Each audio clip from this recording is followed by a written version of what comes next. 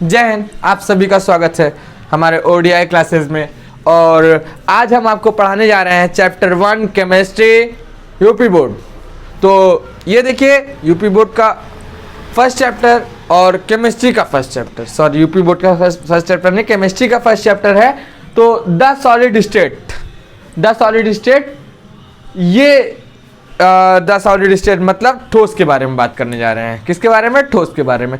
ठोस आप लोग को नाम सुनते ही मान हो रहा है कि कठोर होगा, उसके आयनिक बांड जितने होते हैं सब आपस में जो है जुड़े उड़े रहते हैं, इतना मजबूती से रहते हैं कि उनको अलग करना थोड़ा कठिनाई होता है। ठीक है, तो ठोस के काफ़ी ये वे पदार्थ होते हैं जिनका आकार एवं आयतन निश्चित होता है। ठोसों के घनत्व अपेक्षाकृत अधिक होते हैं एवं इनमें कंप्रेसिबिलिटी नहीं पाई जाती। ठोसों के संरचनात्मक इकाइयां मतलब स्ट्रक्चरल यूनिट प्रबल संसंजक बलों के द्वारा आपस में जुड़ी रहती है।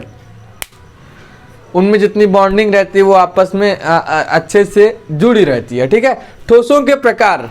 आणविक ठोसों मतलब आणविक ठोसों में संरचनात्मक मतलब सोचिए, ये अभी आणविक प्रकार है, ये आणविक ठोसों के प्रकार के तीन प्रकार हैं। तो घबराइएगा मत, अच्छे से खत्म करेंगे। आइए देखते हैं।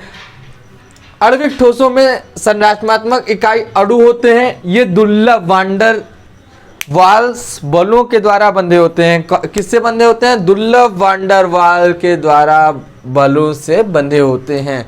उसके बाद आते हैं से डायमंड एवं ग्रेफाइट आदि संयोजक ठोसों में संरचनात्मक इकाई परमाणु होती है, अतः ये प्रबल संरचनात्मक इकाई परमाणु होती है, अतः ये प्रबल ससंयोजक बंध बलों द्वारा बंधी होती है। किसके द्वारा? प्रबल ससंयोजक बलों द्वारा बंधी होती है। प्रबल ससंयोजक बलों द्वारा बंधी होती है। याद रखिएगा, ये रहा। सिल्वर, कॉपर, गोल्ड आदि घनित ठोसों के संरचनात्मक इकाई एवं मुक्त एवं गतिशील इलेक्ट्रॉनों के समुद्र में निज्म धनायन होते हैं। ये विद्युत आकर्षण द्वारा आपस में जुड़े रहते हैं। MgCl2 NaCl तथा KCl जैसे आयनिक ठोसों में संरचनात्मक इकाई आयन होते हैं। ये प्रबल कूलाम्बिक बलों के द्वारा बंधे होते हैं। किसके द्वारा बंधे होते हैं? ये क्वेश्चन उठ सकता है। किसके द्वारा बंधे होते हैं? प्रबल कूलाम्बिक बलों के द्वारा बंधे होते हैं। याद रखिएगा, प्रबल कूलाम्बिक बलों के द्वारा बंधे होते हैं। ठोस किसके द्वारा? प्रबल कूलाम्बिक बलों के द्वारा बंधे होते हैं। ठोसों की कठोरता। ठोसों के अवयविक कणों की स्थितियों नियत होती हैं तथा वे केवल अपने मध्य स्थितियों के चारों ओर दोलन करते हैं, मतलब मध्य स्थितियों के चारों ओर दोलन करते हैं। इससे सिद्ध होता है कि वो कितने अंदर से मजबूत है, मतलब ठोस है। ठोस की कठोरता आपके स्पष्ट होती है। ठीक है, ठोस की कठोरता स्पष्ट होती है।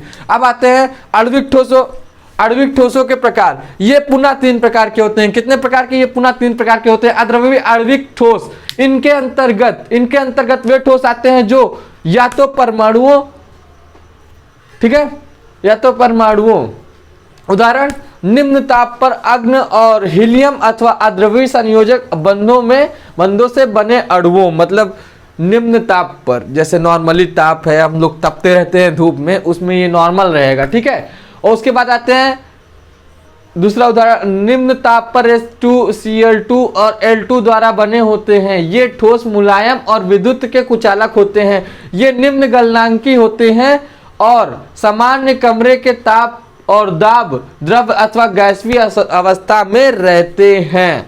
ठीक है, मतलब निम्न ताप में इनका कुछ नहीं उखड़ेगा। ठीक है, इनका ध्रुवीय आणविक ठोसों में क्या होता है?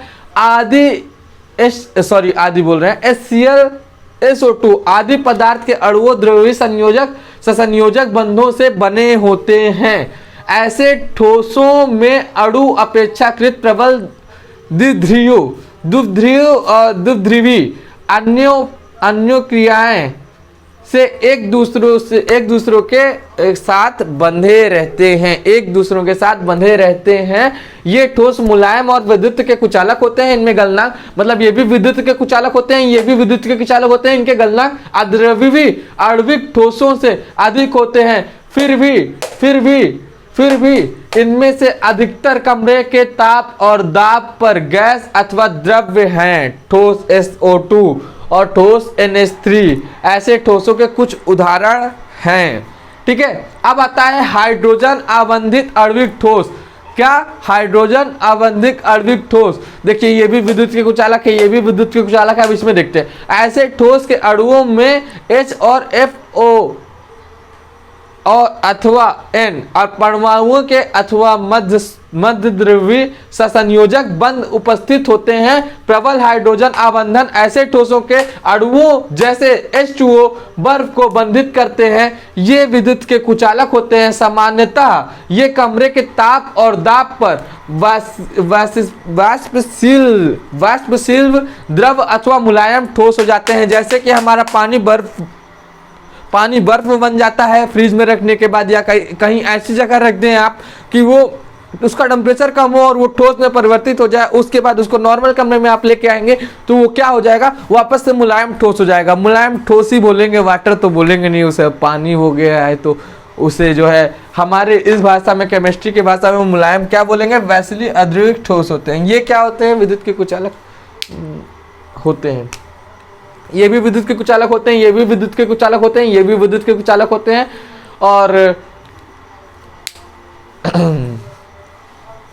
यहाँ पे ये वीडियो समाप्त होता है और आई होप कि आपको अच्छे से समझ में आया होगा।